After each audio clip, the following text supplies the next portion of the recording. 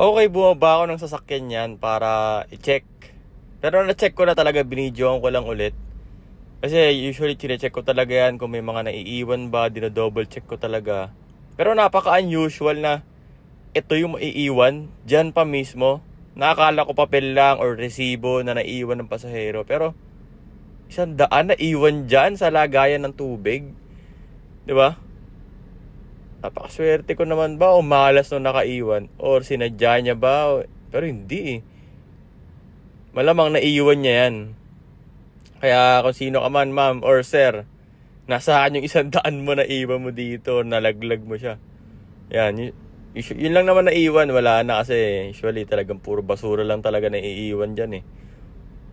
Or isang beses pa lang ako naiwanan dyan ng pagkain, yun lang. Pero yun, napaka-unusual na 100.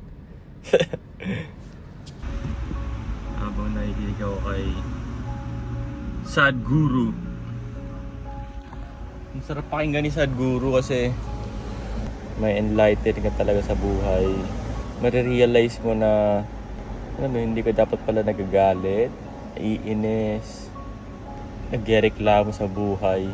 Kasi basically, mabuhay ka nang dapat masaya ka, may pagmamahal, hindi yung puro hate, puro ganun, puro hate, puro galit.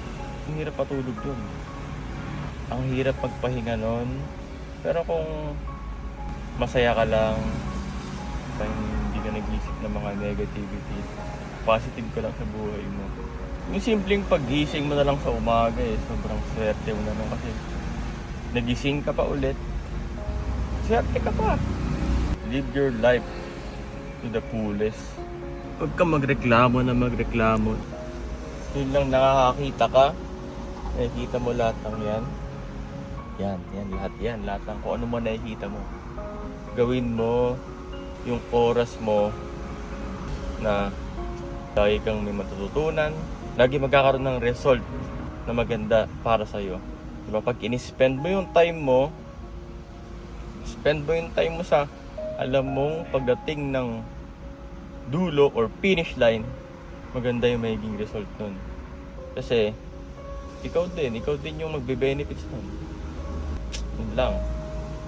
Kaya ako napapanood yung video na to, baguhin mo na ulit yung mindset mo. Yun lang.